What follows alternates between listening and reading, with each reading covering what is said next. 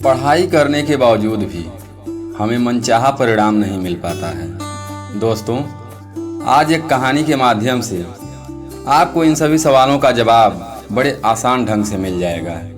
इसलिए इस कहानी को बिना स्किप किए कहानी के लास्ट तक बने रहें। कहानी शुरू करने से पहले आपसे एक छोटी सी रिक्वेस्ट है, कृपया हमारे चैनल को सब्सक्राइब जरूर कर दें। आइए बिना देरी किए कहानी शुरू करते हैं। यह कहानी है एक राजेश नाम के लड़के की, जो एक छोटे से शहर में अपने माता पिता के साथ रहता था। राजेश इस साल हाई स्कूल की परीक्षा दे रहा था। राजेश मेहनत तो बहुत करता था, परंतु उसके मन के हिसाब से रिजल्ट नहीं आता था। इस बात से उसके माता पिता और खुद वह परेशान रहता था। उसके मोहल्ले के लड़कों से उसकी अच्छी दोस्ती थी। वह सारा दिन उनके साथ खेलता रहता था, जैसे कि शहर में घूमना फिरना, मॉल जाना आदि उसकी आदतों में शुमार था। इन सभी बातों के बावजूद राजेश में एक खास बात थी कि वह घंटों किताब लेकर बैठा रहता था और पढ़ता रहता था। उसको इस तरह पढ़ता लिखता देख उसके खेलने कूदने, यारों दोस्तों के साथ जाने को मना नहीं करते थे, क्योंकि उनको दिखता रहता था कि हमारा लड़का खेल कर आने के बाद काफ़ी देर तक पढ़ता रहता है। फिर भी कभी कभी उससे कहते थे कि बेटा थोड़ा ध्यान से पढ़ा करो। धीरे धीरे समय गुजरता गया। उस लड़के के हाई स्कूल के एग्ज़ाम आ गए। उसने घर पर ही पूरी तैयारी की और पूरी मेहनत के साथ पेपर दिया। उसको पूरी उम्मीद थी कि इतनी मेहनत करने के बाद इस बार प्रथम श्रेणी तो आ ही जाएगा। उसके माता पिता को भी भरोसा था कि यह अच्छे नंबरों से पास हो ही जाएगा। कुछ समय बाद हाई स्कूल का रिजल्ट आया तो उसे देखकर लड़के को बड़ा झटका लगा, क्योंकि वह सेकंड डिवीज़न से पास हुआ था। इसके पश्चात जब उसके पिताजी ने देखा कि यह परेशान हो रहा है तो उन्होंने उससे कहा, कोई बात नहीं बेटे, अगली बार और मेहनत करके अच्छे नंबर ले आना और पढ़ाई में थोड़ा ध्यान लगाकर पढ़ना। इस पर राजेश को थोड़ी हिम्मत बनी। वह अगली क्लास में आ चुका था। अब भी उसकी वही पुरानी वाली आदत चल रहा था, दोस्तों के साथ घूमना फिरना और मौज मस्ती करना, जैसे कि सभी छोटे एज के बच्चे करते हैं। कुछ समय बाद उसके 11वीं के एग्ज़ाम आ गए और उसने अपनी क्षमता के साथ पेपर दिए। उसके अनुसार पेपर काफ़ी सही हुए थे। फिर उसका 11वीं क्लास का रिजल्ट आया, जिसमें उसकी पुनः सेकंड डिवीज़न आई। अब तक के अनुभव से उसके माता पिता को पता चल गया था कि यह मेहनत तो बहुत करता है, परंतु इसकी परफॉर्मेंस क्लास में गड़बड़ हो जाती है। इस बात से दोनों माता पिता भी दुखी थे और साथ ही साथ राजेश भी बहुत दुखी था। जब उसने यह परेशानी अपने दोस्तों से बताई तो राजेश के एक दोस्त ने कहा, यार तू जिस मंदिर में जाता है उसी मंदिर के पुजारी से मिलकर यह बात पूछना। सुना है कि वह पुजारी काफ़ी पहुँचे हुए हैं और तू तो उस मंदिर में भगवान के दर्शन करने जाता ही रहता है। राजेश कहने लगा, हाँ यार, इस पर तो मैंने कभी ध्यान ही नहीं दिया। उनके पास तो लोग अपने दुख परेशानी का जवाब पूछने आते जाते रहते हैं। अब मैं उन पंडित जी के पास ज़रूर जाऊंगा और अपनी परेशानी का हल पूछूंगा। अगले दिन राजेश मंदिर जाता है और देखता है कि कहीं पर छोटे छोटे बच्चे उदंड मचा रहे हैं। महिलाएं उसी परिसर में नल पर से पानी भर रही हैं। कुछ आवारा कुत्ते परिसर में एक दूसरे पर भौंक रहे हैं। इतने में उसने देखा कि पंडित जी भगवान की मूर्ति के पास बैठे हुए हैं और वे उसे बुला रहे थे। लड़का मंदिर के अंदर गया और पुजारी को प्रणाम कर वह युवक कहने लगा, बाबा, यह मंदिर परिसर में क्या हो रहा है? कुत्ते आपस में लड़ रहे हैं। छोटे छोटे बच्चे सारे परिसर में शोर मचाते भाग दौड़ कर रहे हैं।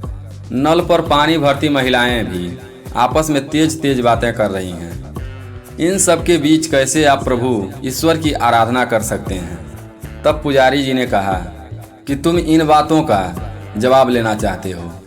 तभी राजेश को ध्यान आया उसने कहा, नहीं बाबा, मैं तो अपनी परेशानी का जवाब लेने आया था कि मैं चाहे कितनी ही मेहनत कर लूं, औसत अंक से ही पास होता हूं। कृपया इसका समाधान बताइए। यह सुनकर पंडित जी बोले, तुम कल सुबह आना और साथ ही दूध से भरा लोटा लेकर आना और पैदल ही आना है। वैसे भी कल भगवान शिव का दिन सोमवार है।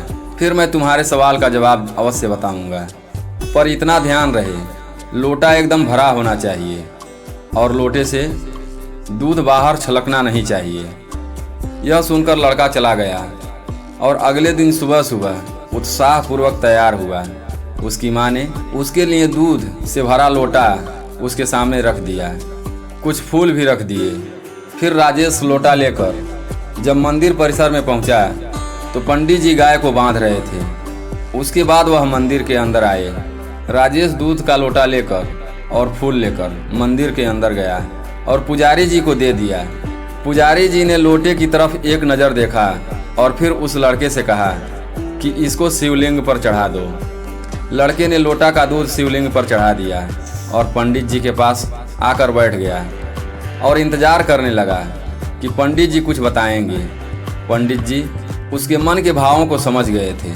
उन्होंने कहा, बेटा, आज तुमको यहाँ आकर कैसा लग रहा है? कुछ व्यवधान, कुछ दिक्कत, कुछ परेशानी, जैसा कि कल तुमको हुई थी? इस पर लड़के ने कहा कि नहीं बाबा, आज तो ऐसा कुछ नहीं हुआ। इस पर पंडित जी ने कहा कि जाओ बाहर देख कर आओ कि आसपास क्या हो रहा है। यह सुनकर लड़का बाहर गया और आकर पंडित जी को बताया, बाबा, बाहर तो कल की तरह का ही दृश्य है। आप कहना क्या चाहते हैं? मैं कुछ समझ नहीं पाया। इस पर पंडित जी कहते हैं, कल का माहौल की तरह आज का भी माहौल है। कल तुम मेरे पास बैठते ही बाहर की बुराइयां बताना शुरू कर दी थी, परंतु आज तुमको कुछ दिखाई नहीं दिया, जबकि आज भी कल की तरह का ही दृश्य है। कल की तरह का ही दृश्य है। आज भी औरतें तेज आवाज में बातें करती हुई नल से पानी भर रही हैं। बच्चे भी खेल रहे हैं, शोर भी मचा रहे हैं, लड़ भी रहे हैं। कुत्ते भी एक दूसरे से लड़ाई कर रहे हैं। इस पर राजेश ने कहा कि आप सही कह रहे हैं, पर इसका मेरे सवाल से क्या लेना देना है? तब पंडित जी ने कहा, ध्यान से सुनो। आज तुम मंदिर में आए थे तो तुम्हारा पूरा ध्यान अपने लोटे में रखे दूध पर था, जो कि ऊपर तक भरा हुआ था। जब तुम आए तो तुम्हारा पूरा ध्यान इस बात पर था कि कहीं दूध लोटे से छलक ना जाए, कहीं दूध खंडित ना हो जाए। इसलिए तुमने पूरी कोशिश की और पूरा ध्यान रखा कि सही सलामत दूध को शिवलिंग पर चढ़ा दिया जाए, और इस कार्य में तुम पूर्णतः सफल भी रहे। यही कारण है कि आज तुम्हें आसपास के कोलाहल पूर्ण वातावरण में प्रभावित नहीं किया और तुम्हारा ध्यान उन चीज़ों पर नहीं गया जिससे तुम्हारा ध्यान खंडित हो।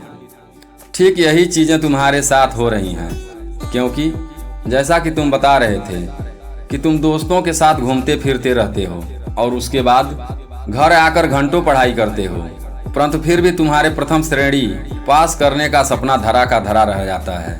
इसका कारण यह है कि जब तुम अपने दोस्तों के साथ मौज मस्ती करते रहते हो और उसके बाद जब पढ़ने के लिए बैठते हो तो तुम्हारा ध्यान उस खेल की तरफ चला जाता है जो खेल खेल कर आए रहते हो।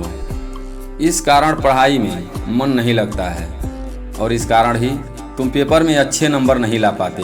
अब राजेश को कुछ कुछ बातें समझ में आ रही थी, क्योंकि यह तो सच था कि जब वह पढ़ाई करने बैठता तो उसके दिमाग में दोस्तों के साथ बिताई दिन भर की सारी बातें घूमती रहती थी। वह सोचता रहता था कि पढ़ाई कैसे करें। उसका ध्यान पढ़ाई पर कम लगता था। यह तो सच था। यह सोचकर राजेश ने पंडित जी को धन्यवाद कहा और अपने घर चला गया। अब की बार उसके 12वीं के एग्ज़ाम में उसने दोस्तों के साथ घूमना फिरना कम कर दिया था और पूरा ध्यान लगाकर पढ़ाई की और पूरी मेहनत से पेपर दिए। और जब उसका रिजल्ट आया, जिसमें इस बार उसकी प्रथम श्रेणी आई थी, वह और उसके माता पिता बहुत खुश थे। आज उस युवक को पंडित जी ने बहुत ही ज्ञान की बात बता दी थी। दोस्तों, इस कहानी से हमें यह शिक्षा मिलती है कि हमें हर एक प्रत्येक कार्य को पूरे ध्यान से करना चाहिए। दोस्तों, कहानी कैसी लगी कमेंट में ज़रूर बताएं। फिर मिलते हैं अगली वीडियो में एक नई कहानी के साथ। तब तक के लिए अपना ख्याल रखें। धन्यवाद।